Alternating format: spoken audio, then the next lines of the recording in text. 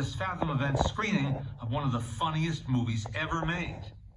I'll never forget seeing this picture for the first time at a press screening in Manhattan.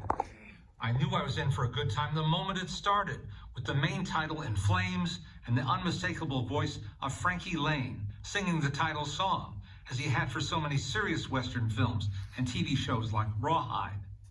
It was a sign that there was nothing sacred to director Mel Brooks, who wrote the screenplay in collaboration with 4 other guys, including author Andrew Bergman and comedian Richard Pryor.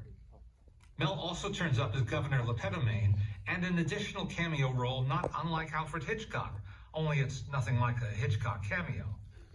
This was Brooks' 3rd feature film as director, and since his first 2 weren't exactly box office blockbusters, though The Producers and The 12 Chairs are good movies, no one I know had high hopes for this one until they saw it.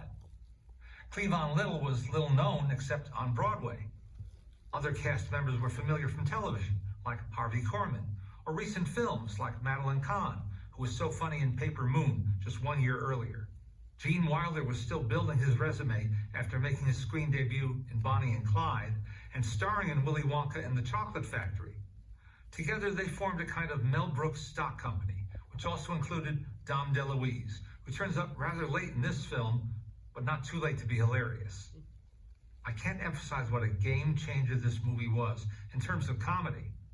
It was rude, impolite, definitely from a period before the term politically correct came into usage. Mel Brooks has said that he doubts he could make the same movie today, which is why it's so great that he did what he did when he did it. Although the studio executives warned him to lose the campfire scene with its vivid sound effects, he kept it in for its first audience previews, and the rest is history. Flatulence has never been funnier. Blazing Saddles was released in February of 1974, and by the end of that same year, audiences were treated to Young Frankenstein.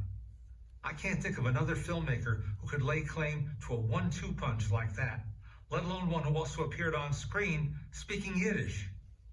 Blazing Saddles has so many laughs it's hard to keep count, and also pointless.